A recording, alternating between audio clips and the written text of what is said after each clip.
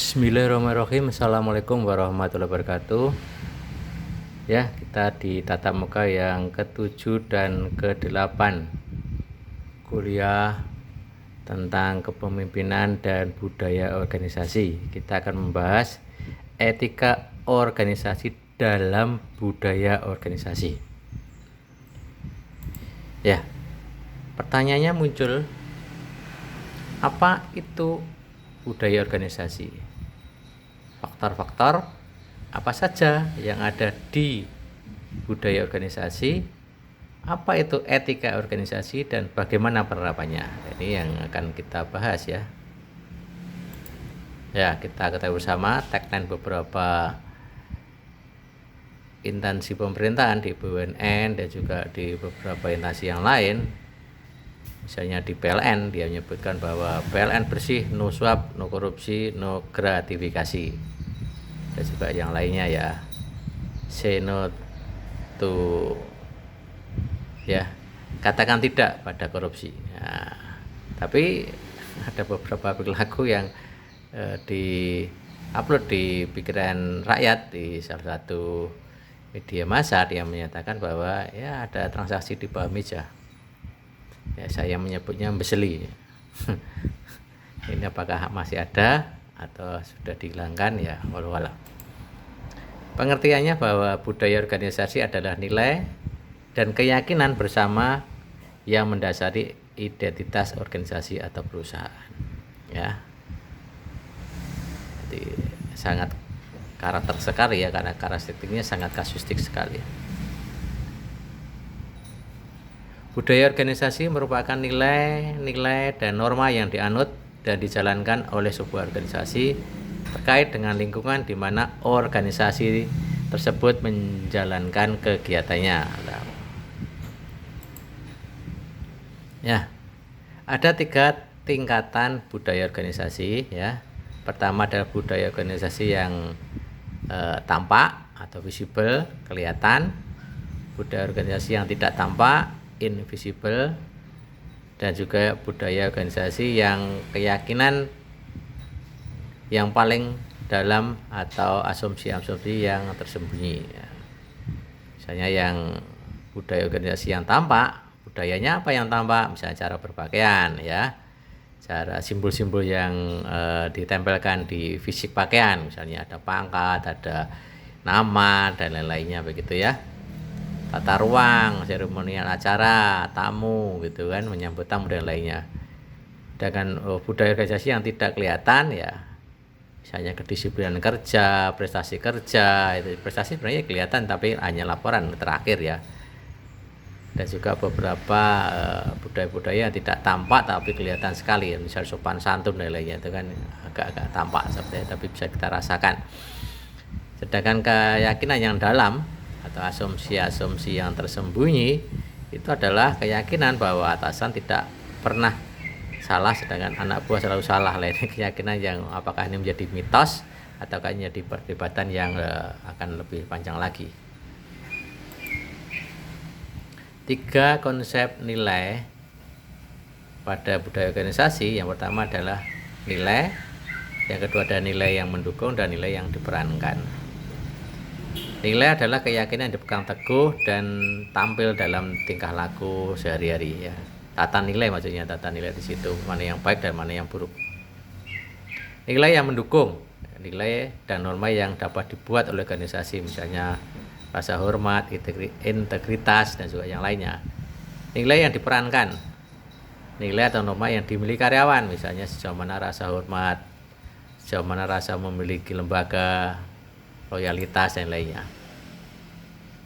Faktor penentu budaya organisasi ya, salah satunya adalah pengalaman organisasi, yang kedua adalah pengalaman organisasi dapat berupa keberhasilan maupun kegagalan dalam menjalankan kegiatan dari waktu ke waktu. Yang ketiga adalah prinsip, norma, keyakinan yang menjadi salah satu faktor penentu terbentuknya sebuah budaya organisasi, dan prinsip, norma, keyakinan tertentu, nilai-nilai yang diadopsi sehingga menentukan sebuah budaya organisasi. Beberapa mode budaya organisasi yaitu secara filosofi organisasi aja, mulai filosofinya seperti apa nanti diterjemahkan pada kriteria seleksi. Ya, di situ ada manajemen puncak, ada budaya organisasi, ya, dan juga ada sosialisasi. Ini bagaimana sih filosofi budaya organisasi yang dijumpai kita sehari-hari seperti itu, ya. Fungsi utama budaya organisasi, fungsinya untuk apa sih budaya organisasi itu? Sebagai proses integral atau integrasi internal, dan yang kedua sebagai proses adaptasi eksternal. Yang pertama sebagai proses integrasi internal, yaitu budaya organisasi berfungsi sebagai pemersatu setiap komponen integrasi organisasi, ya. Ada tata kelola, ada ada budaya organisasi kan seperti proses yang terkoneksi satu dengan yang lainnya. Dengan proses adopsi eksternal, yaitu budaya organisasi yang berfungsi sebagai sarana untuk menyesuaikan diri dengan lingkungan di luar organisasi. Dimensi budaya organisasi, ya, menurut Robin dan Coulter tahun 2009 itu menyebutkan bahwa budaya organisasi itu ada beberapa dimensi. Yang pertama adalah perhatian pada yang detail, orientasi pada hasil, orientasi pada manusia, orientasi pada tim, agresivitas, stabilitas, dan inovasi pengambilan keputusan. 4 fungsi budaya organisasi secara internal, fungsinya sebagai memberikan identitas organisasi kepada karyawan, memudahkan komitmen kolektif, mendukung stabilitas sistem hubungan sosial antar personal, dan juga memenuhi karyawan, memudahkan karyawan memahami tujuan organisasi.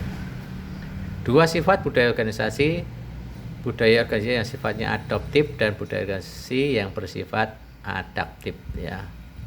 Tidak adaptif dan adaptif.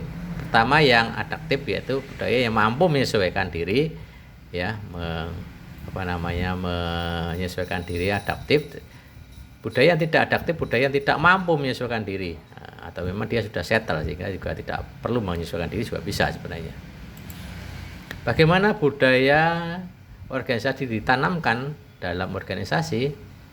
Pertama, menggunakan filosofi, yaitu ada visi, misi, nilai, dan juga organisasi dalam rekrutmen, seleksi, dan sosialisasi seperti yang gambar yang di depan tadi.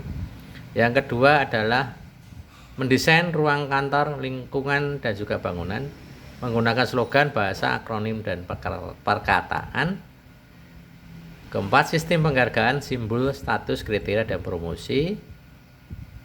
Yang kelima adalah cerita, legenda, atau mitos mengenai peristiwa atau orang-orang penting. Biasanya di situ nanti diceritakan tokoh-tokoh yang pernah menjabat di situ, gitu kan. Melalui program-program pelatihan, pengajaran oleh para manajer dan supervisor. Teladan sikap pimpinan melalui sistem dan prosedur organisasi. Dan yang ke-9 adalah melalui tujuan-tujuan organisasi yang ingin dicapai. 4 macam budaya organisasi, apakah itu budaya organisasi yang bersifat fleksibel, ya, atau tarikannya adalah fleksibel, dan juga stabilitas, fokus, dan fokus internal. Ya, disinilah ada budaya organisasi yang budaya cleanse, budaya adaptasi, budaya birokrasi, dan budaya adjustment. Di sini ada tarikan-tarikan yang mana nanti organisasi akan menempatkan diri, gitu kan. Ya, misalnya budaya clan, nilai-nilainya adalah kooperatif, kebijaksanaan, persetujuan, keadilan, kesederhanaan sosial, misalnya yang clan seperti itu. Nah, ini contoh-contoh bagaimana sih contoh-contoh budaya kaizen atau perbaikan berkelanjutan.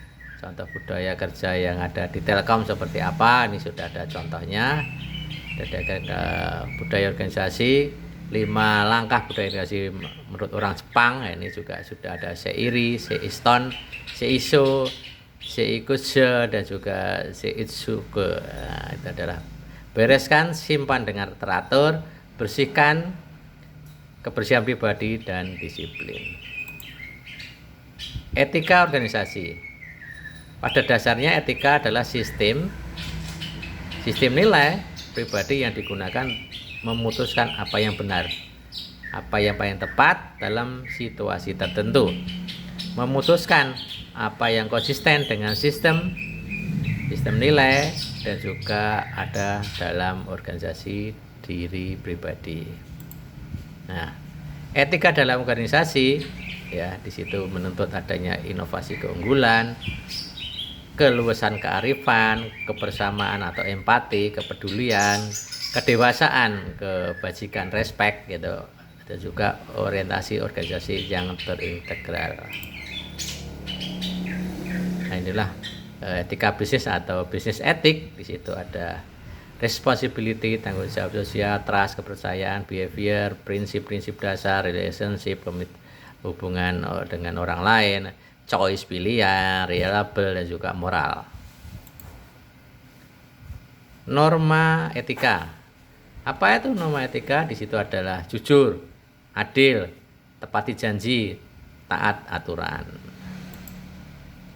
Tanggung jawab, responsif, hati-hati, sopan santun ya. Mengembangkan etika di tempat kerja, yaitu perlu menerapkan tingkah laku etis, penyaringan karyawan sejak dari awal, mengembangkan kode etik, menegakkan kode etik, menyediakan pelatihan etika, memberikan dukungan terhadap perilaku etis, menerapkan etika dalam praktek sehari-hari. Etika kerja oleh individu dalam organisasi, yaitu mengatur hubungan individu dalam organisasi untuk bersikap, berperilaku, berinteraksi dengan menyesuaikan dengan budaya kerja dan budaya perusahaan. Lingkup etika kerja yang pertama adalah sikap individu dalam perusahaan. Sikap individu dalam perusahaan dengan pemenang dan jabatan, sikap individu dengan atasan dan bawahan, sikap individu dengan perusahaan, sikap individu dengan stakeholder, dan sikap individu dengan setiap individu dalam perusahaan atau internalnya sendiri dengan teman kerjanya. Asas yang membangun etika ya itu menurut saya ada 3, yaitu keagamaan, knowledge, dan budaya. Filosofi hidup, dunia akhirat, kebaikan dan kebenaran, budaya, nilai-nilai historis, nilai-nilai budaya, dan juga knowledge, logical thinking, dan juga scientific method atau kepengetahuan tentang metode-metode yang benar. Cakupan etika kerja itu mencakup pekerjaan, teman, dan juga atasan. Atasan tentunya cara bersikap, berinteraksi, menyikapi dan juga memaknai pekerjaan untuk variabel pekerja, dan teman adalah untuk cara bersikap, bergaul dengan teman sejawat begitu. Nah, ini beberapa interaksi individu dalam organisasi: menghargai setiap individu, membangun komitmen, meyakinkan para individu, dan menyediakan dan memelihara lingkungan. Membuat para individu mendapat informasi tentang kebijakan, memberikan peluang rasional kepada setiap individu untuk berkembang, mengusahakan promosi yang konsisten, dan memberikan pelayanan prima. Memberikan kompensasi atau manfaat yang jelas pada dan menarik serta memberikan imbalan dan mempertimbangkan atau mempertahankan individu yang berkualitas, tidak boleh memaksa. Ini yang harus kita sikapi. Prinsip-prinsip etika di dalam organisasi ada prinsip keindahan ya, prinsip persamaan, prinsip kebaikan ya, dan juga prinsip keadilan. Itu menjadi beberapa prinsip yang harus kita tegakkan dalam budaya organisasi dalam menggunakan tapi juga harus ada prinsip kebebasan yang bertanggung jawab. Jadi tidak perlu kebebasan yang tidak bertanggung jawab, atau kebebasan yang bertanggung jawab.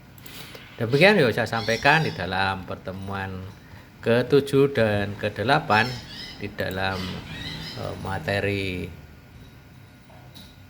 kepemimpinan dan budaya organisasi terkait dengan etika organisasi dalam budaya organisasi sehingga bermanfaat. Terima kasih. Assalamualaikum warahmatullahi wabarakatuh.